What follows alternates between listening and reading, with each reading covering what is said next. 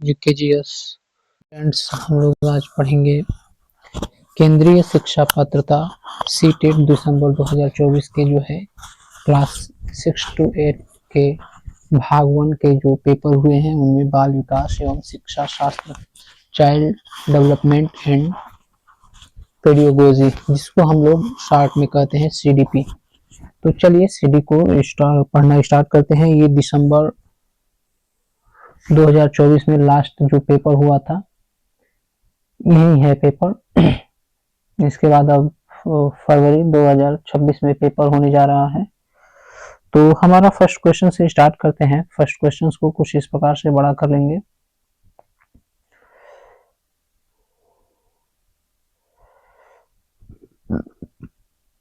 Question दिया है कि डायरेक्शन दिया है कि answer the following questions number 1 to 30 bye selecting by the correct most appropriate options. First question है कि प्रगतिशील शिक्षा के हिमायती इनमें से किस कथन से सहमत होंगे। प्रगतिशील शिक्षा के हिमायती जो समर्थक है वो इनमें से किस शिक्षा के जो है वो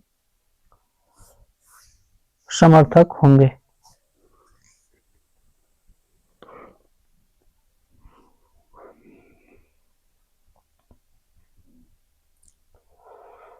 तो इसमें दिया है कि बचपन एक अलग जीवन चरण है जिसमें बच्चे के रूप में वे क्या है के बजाय वे वयस्कों के रूप में क्या बनेंगे ज्यादा महत्व रखता है।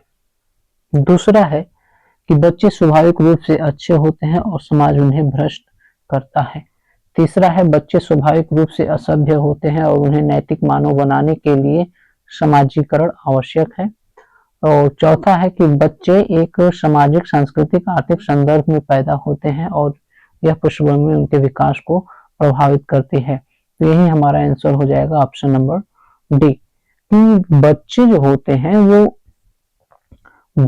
होते हैं वे सामाजिक, सांस्कृतिक और आर्थिक संबंध में जिस समाज में, जिस संस्कृति में, जिस आर्थिक संदर्भ में पैदा होते हैं वही उनकी पृष्ठभूमि बनती है आगे चल करके वैसी विचारधारा, वैसी धारणा रखते हैं।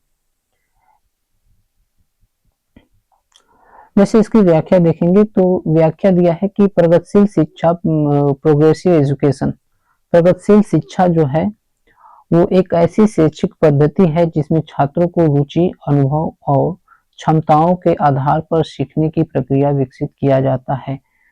इसका उद्देश्य केवल ज्ञान प्रदान करना नहीं बल्कि छात्रों की सामाजिक, नैतिक और व्यवहारिक दृष्टिकोण में शक्ति बनाना है। यह शिक्षा प्रणाली की आलोचनात्मक सोचने, समस्या सुलझाने और समाज में सक्रिय भूमिका निभाने के लिए प्रेरित करती है। बच्चे एक सामाजिक, सांस्कृतिक, आर्थिक संदर्भ में पैदा होते हैं और यह पृष्ठभूमि उनके विकास को प्रभावित करती है। प्रगतिशील शिक्षा इस कथन की हिमायती करती है। आगे देखेंगे। नेक्स्ट क्वेश्चन है हमारा कि विकास के आयाम के तहत भावनाओं, आत्मधारणा तथा परिवारों, साथियों और दोस्तों के साथ पारस्परिक संबंध में परिवर्तन का अध्ययन किया जाता है।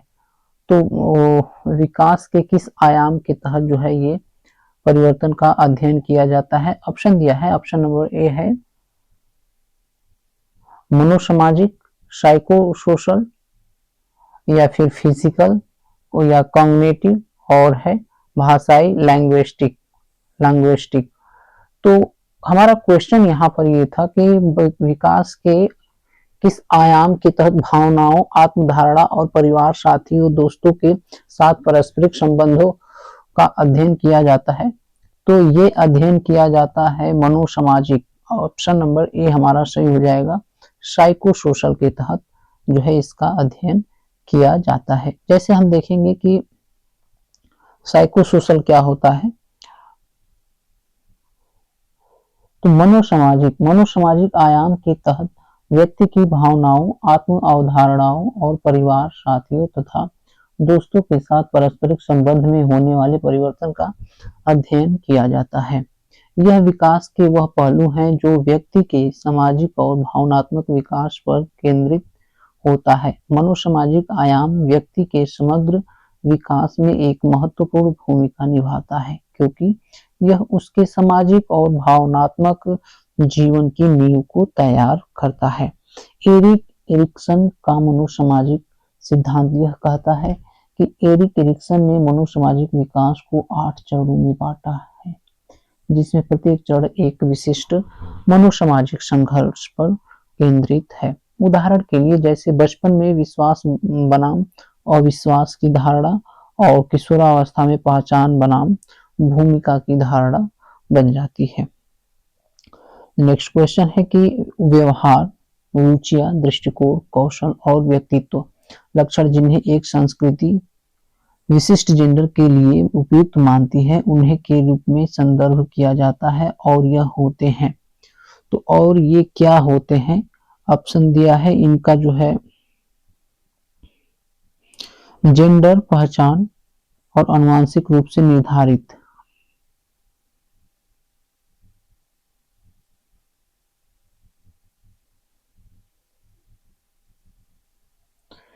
या जेंडर पहचान सांस्कृतिक रूप से परिभाषित, जेंडर भूमिकाएं आनुवंशिक रूप से निर्धारित और जेंडर पहचान सांस्कृतिक रूप से परिभाषित।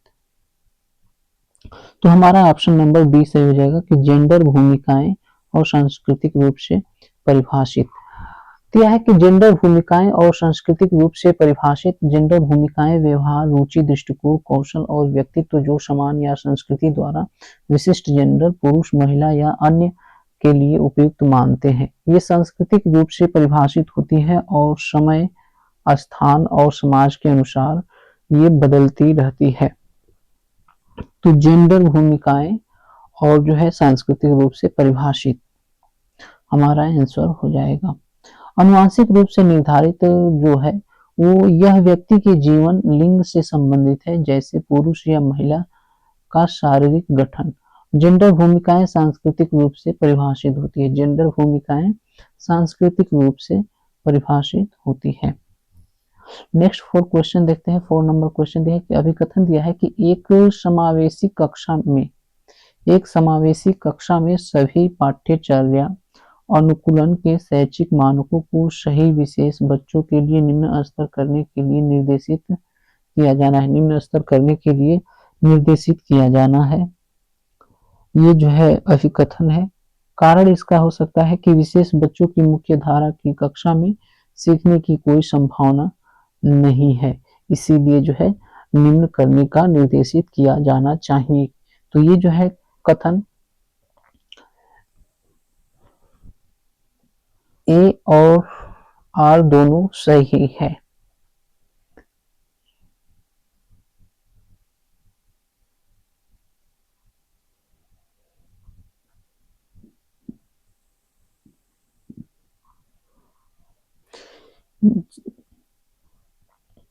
ए और आर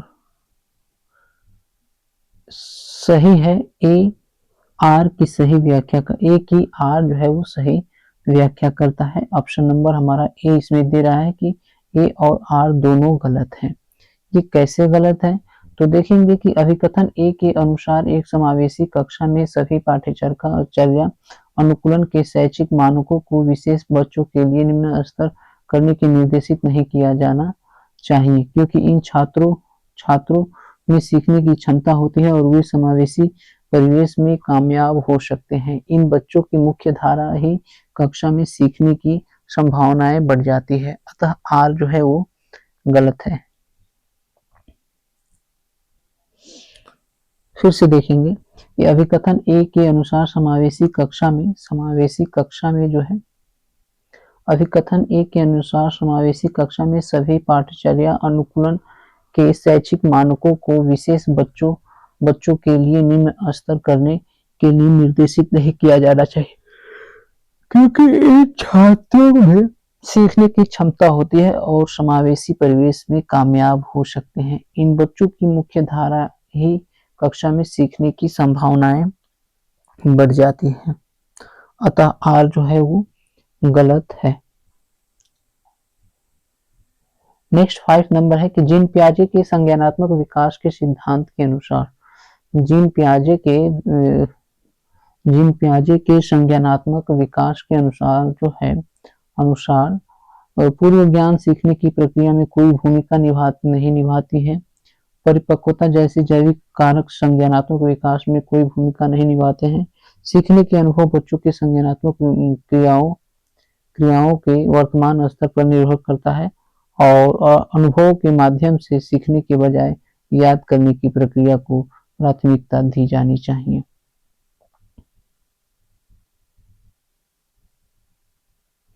तो इसमें हमारा आंसर हो जाएगा ऑप्शन नंबर सी कि जीन पियाजे के संज्ञानात्मक विकास के सिद्धांत के अनुसार सीखने के अनुभव बच्चों के संज्ञानात्मक क्रियाओं के वर्तमान स्तर पर निर्भर करते हैं। पियाजे का सिद्धांत बताता है कि बच्चे अपने पर्यावरण के साथ बातचीत के माध्यम से दुनिया के बारे में अपनी समझ को विकसित करते हैं।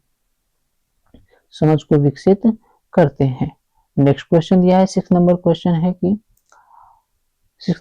है कि लेव वायगोत्स्की संज्ञानात्मक विकास को किस रूप में देखते हैं। तो लेव वायगोत्स्की जो है वो संज्ञानात्मक विकास को किस रूप में देखते हैं। ऑप्शन ए है कि पर्यावरण की प्रभावी रूप से अपनाने की प्रक्रिया, एक सहयोगात्मक प्रक्रिया, एक व्यक्तिगत प्रक्रिया और एक एकीकृत प्रतिक्रिया। लेव वायगोत्स्की, तो लेव वायगोत्स्की जो है वो एक सहयोगात्मक प्रक्रिया के रूप में जो है संज्ञानात्मक विकास को देखते हैं, क्योंकि लेव वायगोत्स्की जो है वो संज्ञानात्मक विकास को एक सहयोग प्रक्रिया के रूप में देखते हैं। यह प्रक्रिया बताता है कि बच्चों का मानसिक और बौद्धिक विकास मुख्य रूप से सामाजिक अंतःक्रिया और सांस्कृतिक संदर्भों के माध्यम से होता है। वायगोत्स्की ने यह सिद्धांत दिया कि बच्चों का ज्ञान और सोचने की क्षमता उनकी सामाजिक सांस्कृतिक पृष्ठभूमि से प्रभावित होती है और उनके विकास में भाषा एक महत्वपूर्ण भूमिका निभाती है। वायगोत्स्की के संज्ञानात्मक विकास के सिद्धांत की प्रमुख अवधारणाएं यह हैं कि सामाजिक अंतःक्रिया, नजदीकी विकास क्षेत्र, स्कैफोल्डिंग और संस्कृति का प्रभाव, भाषा और संज्ञानात्मक विकास। अगला है 7 नंबर क्वेश्चन है कि भाषा और सोच प्रक्रिया के बीच संबंध का प्रस्ताव रखते हुए लेव वायगोत्स्की ने निम्नलिखित में से किस रूप में भाषा की अवधारणा बद्ध किया है। तो ऑप्शन ए है कि भाषा का एक स्वतंत्र क्षेत्र है जो कि संज्ञान से संबंधित नहीं है। अगला है भाषा एक सांस्कृतिक उपकरण है जो संज्ञान को कई तरीकों से सुगम बनाती है। और इसके बाद थर्ड है कि भाषा आत्मकेंद्रित भाषा का एक रूप है जिसका प्रयोग केवल बुनियादी जरूरतों को पूरा करने के लिए किया जाता है। फोर्थ नंबर है कि भाषा संज्ञानात्मक क्षमताओं के विकास में बाधा डालती है। भाषा जो है वो संज्ञानात्मक विकास में जो है वो बाधा डालती है। तो हमारा आंसर हो जाएगा option number B. Option number B क्या हो जाएगा, सही हो जाएगा कि आत्म केंद्रित भाषा का एक रूप है जिसका प्रयोग केवल बुनियादी जरूरतों को पूरा करने के लिए किया जाता है।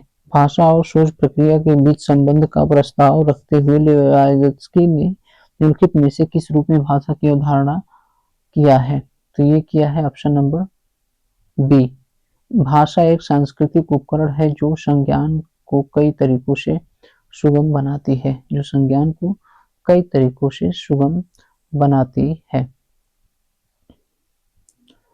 तरीकों से सुगम बनाती है। भाषा केवल भाषा की माध्यम नहीं है बल्कि यह सोचने, सीखने और समस्या सुलझाने का एक उपकरण है। यह सिद्धांत शिक्षा और बाल विकास के क्षेत्र में अत्यधिक प्रभावशाली है। भाषा और सोचने की प्रक्रिया में संबंध, तो भाषा सोच का उपकरण है। सोच और भाषा विकास अलग अलग शुरू होता है। सामाजिक भाषण, सांस्कृतिक और सामाजिक प्रभाव, स्वभाषण, आंतरिक भाषण है। नेक्स्ट है कि 8 नंबर क्वेश्चन है कि निम्न में से कौन सा प्रदर्शन लक्ष्य अभिविन्यास का एक उदाहरण है। तो निम्नलिखित में से कौन सा प्रदर्शन एक लक्ष्य अभिविन्यास का एक उदाहरण है। पहला दिया है कि एक छात्र अपनी समझ को आगे बढ़ाने के लिए कड़ी मेहनत करता है। दूसरा है एक छात्र किसी विषय की गहरी समझ हासिल करने के लिए कठिन अध्ययन करता है। और तीसरा है कि दूसरों से बेहतर होने के लिए कड़ी मेहनत करना। और तीसरा है कि एक छात्र शिक्षक से अधिक सीखने के लिए कठिन अध्ययन करता है।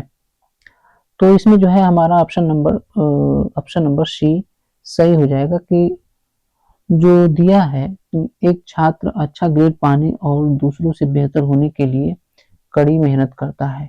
तो ये जो है प्रदर्शन लक्ष्य अभिविन्यास का एक उदाहरण हो जाएगा। प्रदर्शन लक्ष्य अभिविन्यास का एक जो है वो एग्जाम्पल हो जाएगा। जैसे हम देखेंगे कि एक प्रकार के सीखने की प्रवृत्ति है जिसमें व्यक्ति का मुख्य ध्यान दूसरों के सामने अच्छा प्रदर्शन करने और अपनी क्षमताओं को साबित करने पर केंद्रित होता है। इसमें सफलता की परिभाषा बाहरी मापदंडों की तुलना में जैसे अंक, रैंक या प्रशंसा के आधार पर होती है। इसका सकारात्मक उपयोग प्रेरणा बढ़ा सकती है, लेकिन सीखने के दीर्घकालिक उद्देश्यों के साथ संतुलित करना आवश्यक है। प्रमुख विशेषताएं हैं इसमें प्रतिस्पर्धात्मक होती है, बाहरी मान्यता की चाह होती है, तत्काल परिणामों पर ध्यान दिया जाता है, त्रुटियों का डर होता है, प्रयास का कम जो है इसमें महत्व होता है। 9 नंबर क्वेश्चन देखेंगे कि 9 नंबर क्वेश्चन है कि लेव वाइगोत्स्की के सिद्धांत का पालन करते हुए एक शिक्षक को क्या करना चाहिए। तो अपने विद्यार्थियों के साथ पारस्परिक अध्यापन का पालन करना चाहिए। वो विद्यार्थियों द्वारा सांस्कृतिक उपकरणों के उपयोग को हतोत्साहित करना चाहिए। सी है कि विद्यार्थियों द्वारा कंठस्थ किए जाने वाले ज्ञान का प्रसार करना चाहिए। और चौथा है कि विद्यार्थियों को एक दूसरे के साथ प्रतिस्पर्धा करने के लिए प्रोत्साहित करना चाहिए। हमारा आंसर हो जाएगा ऑप्शन नंबर ए। वाइगोत्स्की के संज्ञानात्मक विकास सिद्धांत के अनुसार शिक्षक की भूमिका मार्गदर्शक, सहायक और संवादात्मक होती है। शिक्षक को छात्रों की सीखने की प्रक्रिया और उनके सामाजिक, सांस्कृतिक और भाषाई पृष्ठभूमि के आधार पर बढ़ावा देना चाहिए। सिद्धांतों का पालन करते हुए शिक्षण प्रक्रिया को संवेगात्मक, सहयोगात्मक और सहायक बनाना चाहिए। यह छात्रों के संज्ञानात्मक विकास को बढ़ावा देने के लिए एक प्रभावी है। नेक्स्ट 10 नंबर क्वेश्चन है। अब तक हम लोग जो है टोटल टाइम 17 मिनट हो गए हैं, जिसमें से 10 क्वेश्चंस को कवर कर लिए हैं। नेक्स्ट है नई अवधारणाओं को पढ़ाने के लिए निम्नलिखित में से कौन सी प्रभावी रणनीतियां हैं। तो नई अवधारणाओं को पढ़ाने के लिए प्रभावी रणनीति कौन सी है।